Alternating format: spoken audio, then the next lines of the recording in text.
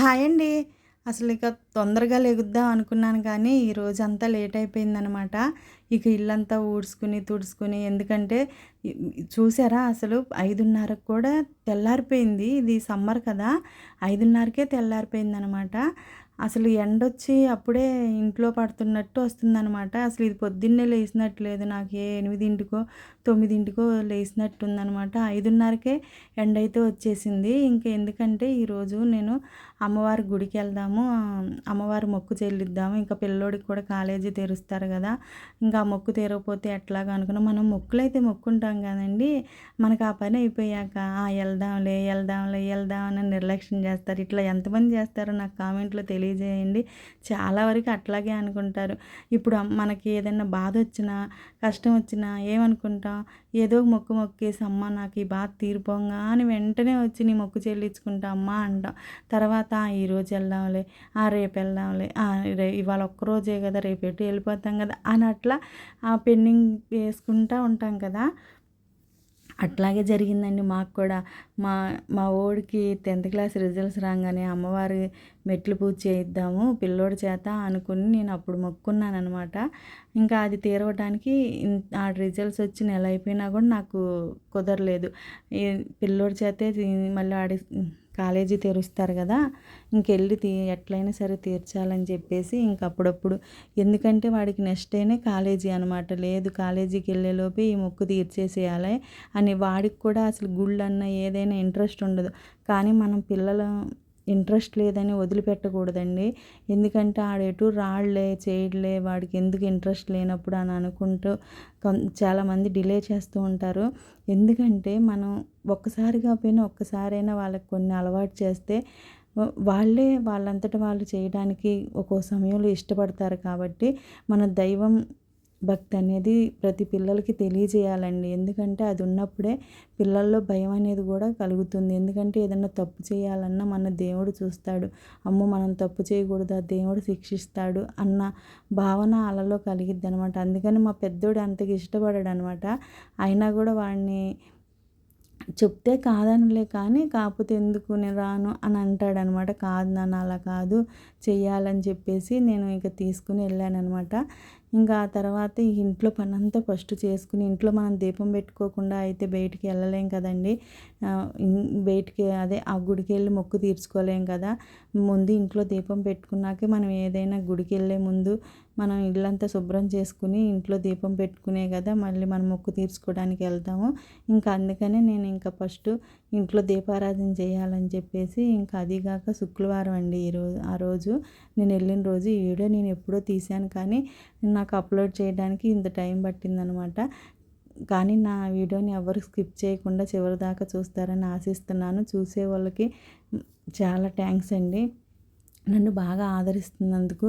ఈ మధ్య వీడియోలు పెట్టడం మానేసేదలికి చూసేవాళ్ళు కూడా వ్యూవర్స్ తగ్గిపోయారనమాట. ఫుల్ వీడియో నన్ను కాస్త సపోర్ట్ చేయండి, ముందుకు తీసుకెళ్ళండి.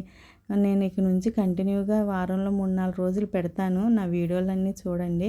ఇంకా ఇవాళ శుక్రవారం కదండి, అందుకనే పీట ముగ్గు అయితే వేసుకున్నానమాట. నేను ప్రతి శుక్రవారం ఇదే పద్మం కానీ ఇలా పీట ముగ్గు కానీ వేసుకుంటానని చెప్తూనే ఉంటాను కదా. ఇక ముగ్గు అయితే వేసుకున్నానండి. ఈలోపు ఇంకా పిల్లల్ని అయితే ఇంకా లేపలేదనమాట. ఎందుకంటే ఫస్ట్ నా పని అంతా పూర్తి చేసుకుని వాళ్ళని లేపితే నాకు, ఎందుకంటే ఇంకా టైం ఏమీ అంత ఎక్కువ అవ్వలేదండి, 6 అయిందనమాట. కాకపోతే ఎండ అయితే వచ్చేసింది కానీ టైం మాత్రం 6 అయింది. మళ్ళీ సాయంత్రం కూడా 7 అయినా కూడా ఇంకా పొద్దుగూకట్లేదనమాట. అంటే వేసవికాలంలో పొద్దెక్కువ అంటారు కదా, ఇదేనేమో. ఇంకా పసుపు కుంకాలతో ఇల్లు వాకిళ్ళన్నీ అయితే అలంకరణ చేసుకున్నానమాట. నాకు ఏదైనా సరేనండి, బాధ వచ్చినా కష్టం వచ్చినా అన్నీ ఆ అమ్మే అనమాట. నేను ఒక్కటే కోరుకుంటానండి అమ్మని. అమ్మ ఏ కష్టం వచ్చినా ఏ బాధ వచ్చినా నాకు ధైర్యాన్ని ఇవ్వు, ముందుకు నడిపించమ్మా అంట. నాకు ప్రతి పనిలో కూడా నా పని నేను చేసుకునే ఓపికను కూడా నాకు కలగజేయమ్మా అని నేను కోరుకుంటానండి. అంతకు మించి మనకి ఇంకేముంటుందండి. ఎప్పుడూ మనకి సుఖాలే కావాలని కాదు, కష్టాల్లో ధైర్యాన్ని కూడా నింపాలండి. కష్టం వచ్చినప్పుడు ధైర్యంగా నిలబడగలిగితేనే అన్నీ మనం సాధించగలం అనమాట. అందుకే నేను అమ్మని ఎప్పుడు అదే కోరుకుంటా. నా కష్టాల్లో కూడా ఎదురు తిరిగి నిలబడి ధైర్యంగా ఉండే శక్తిని ఇవ్వమని కోరుకుంటానండి. నాకే బాధొచ్చినా నేను నా అమ్మతోనే చెప్తాను. ఎందుకు చెప్తున్నానంటే, మనం ఒకళ్ళకి చెప్పినంత మాత్రాన ఎవరికన్నా మన బాధ తీరదండి. వాళ్ళు ఇన్నట్టే ఇంటారు. కాకపోతే మనల్ని పక్కకెళ్ళి నవ్వుకోవడమో, వేరే వాళ్ళ దగ్గర మన గురించి అదే విషయాన్ని హేళనగా చెప్పడమో జరుగుద్ది. మనం మనిషికి మన బాధని చెప్పే కన్నా, దేవుళ్ళ దగ్గర ఒక 5 నిమిషాలు నుంచొని నీకే బాధుందో, ఆ బాధని ఆ అమ్మవారితో కానీ, నీకెవ్వరిష్టమైతే ఆళ్ళతో అమ్మవారనే కాదండి. మీకు ఎవ్వరిష్టమైతే వాళ్ళతో ఆ దేవుడికి మీ మొరని చెప్పుకున్నారంటే ఒక్కసారి చెప్పుకొని చూడండి. మీకు తెలుస్తుంది. మీ భారమంతా దిగిపోతుంది. ఎందుకంటే నీ భారాన్ని అమ్మవారికి అప్పజెప్పినట్లే. ఆమెను చూసుకోమని మీరు రిలాక్స్ అయిపోయినట్టే అనమాట. అందుకనే ఎప్పుడైనా సరే ఇది అందుకే దేవుళ్ళకి చెప్పుకోండి మీకు ఏ బాధ వచ్చినా. నేను ఎందుకు చెప్తున్నానంటే, నేను జీవితంలో నేను తెలుసుకున్న నిజాలు కాబట్టి నేను చెబుతున్నానండి. దేవుడు మించిన మన బాధలు తీర్చే వ్యక్తి ఎవ్వరూ ఉండరు. చెప్తున్నానుగా. ఎవ్వరైనా ఎంత బంధువులైనా, చుట్టాలైనా ఎవ్వరైనా సరే దేవుడికి మించిన వాళ్ళు ఎవ్వరూ ఉండరండి. కానీ మనం చేసిన మంచి పనులే మనకిప్పుడు ఎవరైనా సహాయం చేశారనుకోండి, మనం చేసిన మంచి పనులేనండి అవతలోళ్ళ రూపంలో అమ్మ దేవుడల్లే వచ్చాడమ్మా సరే కరెక్ట్ టయానికి అంటారే, అదే దేవుడు అనేవాడు ఎవరో ఒకళ్ళ రూపంలో మనకి ఏదో సహాయం చేయడానికి ముందుకు తీసుకొస్తాడు. దేవుడే వచ్చి మనకు సహాయం చేయడు, ఆయన రూపంలో వస్తాడనమాట. అదే దేవుడల్లే వచ్చి భలే సహాయం చేశారంటారే, ఆ మాటకు అర్థం అదేనండి. మనం ఈరోజు మనకి ఏం చేస్తున్నాంలే, ఎంత మంచి చేసినా మనకేం రావట్లేదు అనుకోవద్దు. మనకి రావాల్సిన సమయంలో, చెయ్యాల్సిన సమయంలో దేవుడు ఖచ్చితంగా చేస్తాడండి. ఈరోజు అమ్మవారికి చక్కగా మల్లెపూలతో అలంకారం చేసుకుని, మామిడి పళ్ళు నైవేద్యంగా పెట్టుకుని దీపారాధన అయితే చేసుకున్నానండి. చక్కగా అమ్మ అయితే నిండుగా కనిపిస్తుందనమాట. ఇక ఇంట్లో మొత్తం ధూపం అయితే వేసేసుకున్నానమాట. ఇంకా ధూపం వేసేసుకుని ఇంకా పిల్లల్ని కూడా లేపి వాళ్ళని కూడా రెడీ చేసేసి ఇంకా నేనైతే ఇంకా బయలుదేరానండి. ఇంకా ఎందుకంటే ఎండాకాలం కదండి, ఇంకా పిల్లలు కూడా పాపం ఎండలో ఇబ్బంది పెడతారని పొద్దున్నే వెళ్ళొచ్చేస్తే మధ్యాహ్నానికల్లా ఇంటికి వచ్చి రావచ్చు అని చెప్పేసి ఇక బయలుదేరామన్నమాట. ఇంకా ఆటో అయితే ఎక్కామండి పిల్లలు నేను. ఇంకా విజయవాడ వచ్చేసాం బస్సు ఎక్కి. ఇంకా అమ్మవారి గుడికి అయితే వెళ్తున్నాం అనమాట. ఇంకా గుడి దగ్గరికి రాగానే మనకి ఫస్ట్ ఏం కనిపించిద్దండి, కృష్ణానది. ఫస్ట్ కృష్ణవేణి తల్లిగా మనకి దర్శనం ఇస్తుంది. మన ప్రత్యక్ష దైవం కూడా. మనం నీళ్ళు లేనిదే బతుకుతామండి. ఈ జీవరాశిలో ఏది లేకపోయినా, మన పంచభూతాల్లో ఏది లేకపోయినా ఉండలేమనుకోండి. అసలు చెప్తున్నాను, మనకి ప్రకాశం బ్యారేజ్ చూడంగానే ఆ అమ్మవారి ఆ ఓం త్రిశూలం చూడంగానే ఎక్కడ లేని వైబ్రేషన్ అయితే వచ్చేసిద్ది కదా. అసలు నాకు తిరుపతి ఒకటి, విజయవాడ ఒకటి చాలా బాగా ఇష్టం అండి. తిరుపతి వెళ్తేనేమో ఇంటికి రాబుద్ది కాదు, అక్కడే ప్రశాంతంగా ఉండినట్టు అనిపించిద్ది. విజయవాడ కూడా అంతే, పద్దాక నేను అమ్మవారి గుడికి వచ్చి దర్శనం చేసుకోవాలి. మీకు ఒకటి తెలుసా, నాకు ఇసుకొచ్చి ఇక నాకు ఓపిక సహించలేని పరిస్థితుల్లో ఇంకా నాకు ధైర్యం లేదు, నేను ఏదైనా ఓర్చుకోలేను అన్న పరిస్థితిలో ఒకసారి వచ్చి అమ్మవారి దర్శనం చేసుకున్నాను అనుకోండి, మళ్ళీ ఎక్కడ లేని శక్తి వచ్చినట్టు అనిపిస్తుంది. అంటే మళ్ళీ ఎక్కడ లేని ధైర్యం వచ్చినట్టు, ఓపిక వచ్చినట్టు, అమ్మ ఈ పని నేను చేయలేను అనిపించినప్పుడల్లా, ఆహా లేదు అమ్మను ఒకసారి చూసి రావాలి, అమ్మ నాకు ధైర్యాన్ని ఇచ్చిద్ది అన్న. మీరు ఏదైనా అనుకోండి, మీ నమ్మకమో మీ పిచ్చో ఏదైనా అనుకోండి, ఎవరి పిచ్చి వాళ్ళకి ఆనందం అని నాకు ఆ అమ్మే పిచ్చి అనమాట. అందుకే నేను అమ్మను ఒకసారి దర్శనం చేసుకుని వెళ్తే అమ్మయ్య అనిపించిద్ది అనమాట. నాకు కూడా ధైర్యం వచ్చినట్లుగా అనిపించిద్ది. అసలు ఎంత బాగుందో చూడండి ప్రకృతి. అసలు ఇక్కడ నుంచి ఆ కొండ, ఆ బ్యారేజ్, ఆ వాటరు, అసలు నాకైతే ఎంత బాగా నచ్చిందో ఆ వ్యూ అంతా. ఇటేమో అమ్మవారి గుడి, ఇటేమో కృష్ణానది. ఇంతకు మించిన అందం ఏమైనా ఉంటుందా అండి? అసలు నాకు ఏదో తెలియని ఈ వైబ్రేషన్ వచ్చేసిద్ది. ఆ అమ్మ గుడి చూసినా కూడా, అమ్మవారిని చూసినా కూడా అసలు అక్కడే ఉండి అమ్మని చూడాలి అన్నట్లు అనిపించిద్దండి. ఇంకా అమ్మవారి గుడికి అయితే వచ్చాం. కానీ ఆ రోజు ఎంతమంది జనం ఉన్నారనుకున్నారు?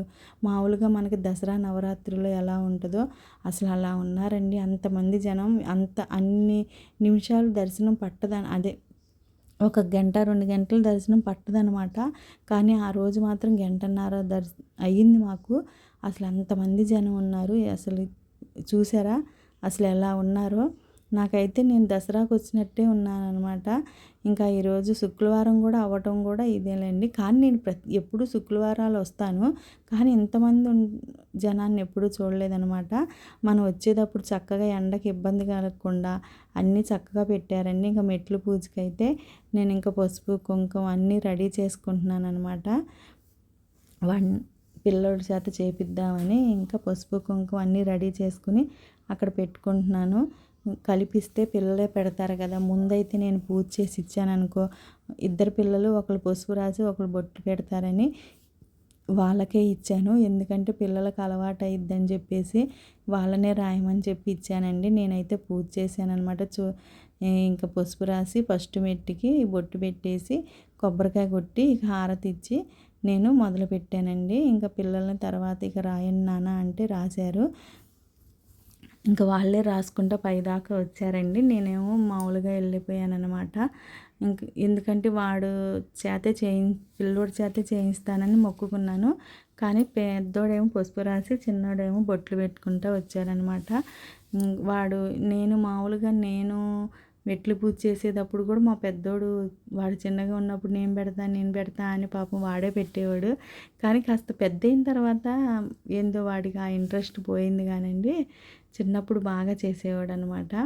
ఇంకా కొబ్బరికాయ కొట్టి అమ్మ అన్నిటికీ నువ్వే ఉన్నావు, నాకు ఏ కష్టం వచ్చినా బాధ వచ్చినా సంతోషం వచ్చినా అన్నిట్లో నా ఎమ్మట ఉండని ఆ అమ్మకు దండం పెట్టుకుని నాకు ధైర్యాన్ని ఇయ్యమ్మ, అన్నిటినీ తట్టుకునే శక్తిని నాకు కలగజేయని ఆ తల్లికి దండం పెట్టుకుని ఇక మెట్లు పూజ అయితే ప్రారంభించానండి.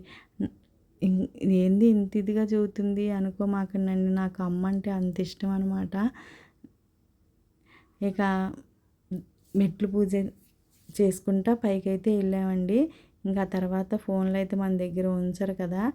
ఇంకా అందరూ కూడా ఇవాళ శుక్రవారం రాహు దీపాలు వెలిగిస్తారనమాట. అంటే నిమ్మకాయల్లో చూడండి ఒకసారి మెట్ల మీద చూడండి, అసలు వెళ్ళే దారి కూడా లేకుండా అంతమంది జనం ఉన్నారు. ఇక పిల్లలైతే ఎటు వెళ్ళాలో తెలియక ఎటు రాయాలో తెలియక ఆగిపోయారు. ఇక దర్శనం చేసుకుని ఇంకా బయటికైతే వచ్చేసామండి అమ్మవారి దగ్గరికి. ఇక్కడ మనకు బయటికి రాగానే మనకు ఆ చిన్న అమ్మవారు ఉంటారు కదా, ఇంకా అమ్మవారి దగ్గర కూడా దండం పెట్టుకుందాం అని చెప్పేసి వచ్చేసాము. తల్లి అందరినీ చల్లగా చూడాలని ఇంకొకసారి కోరుకుంటున్నానండి. ఈ అమ్మవారు కూడా చాలా బాగుంటుంది కదా. చూడండి ఒకే అమ్మవారు ఎన్ని రూపాలో కదా, అందరిలో ఉంటుంది ఆ అమ్మ దుర్గమ్మ అంటే ముల్లోకాలకి అమ్మే కదా. ఇక బయటకు వచ్చేసి అటు మల్లేశ్వర స్వామిని కూడా దర్శించుకుందామని ఇక బయటకైతే వచ్చేసామన్నమాట. ఇంకా మల్లేశ్వర స్వామి దగ్గరికి అయితే వెళ్తున్నాం. స్వామివారి గుడి ఈ మధ్య బాగా కట్టారు కదా, అసలు బాగా అంటే బాగుంటుంది. మేము ఇటు నుంచి వెళ్తామండి, అటు మెట్లు దిక్కోకుండా ఇటు నుంచి వెళ్తాం. అది మల్లేశ్వర స్వామి గోపురం అనమాట. అది ఇటేమో స్వామివారి అన్ని ద్వాదశ జ్యోతిర్లింగాలు ఇది ఉంటుంది కదా. మా అబ్బాయి ఏమో ఇంకెంతసేపు అన్నట్టు చూస్తున్నాడు.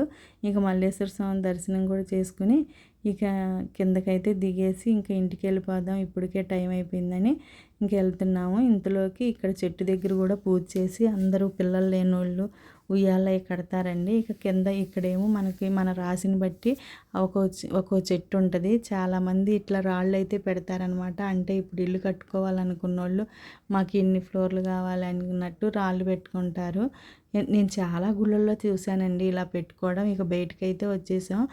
కొత్తగా ఈ మండపం అయితే కడుతున్నారు మన అమ్మవారి గుళ్ళో. ఇది దేనికో తెలియదండి, మరి భోజనాలకో అమ్మవారి పూజలకో మరి ఏంటో తెలియదు. కానీ ఇంకా అమ్మవారి దర్శనం అయితే బాగా జరిగింది. ఇంకా దర్శనం చేసుకుని బయటకైతే వచ్చేసామండి. ఇంకా చూడండి చెప్పాను కదా అందరూ రాహు దీపాలు వెలిగిస్తున్నారని నిమ్మకాయల్లో. ఇంకా అమ్మవారి దర్శనం బాగా అయ్యి ఇంటికైతే వచ్చామండి. అందరూ బాగుండాలి, అందులో నేను ఉండాలి.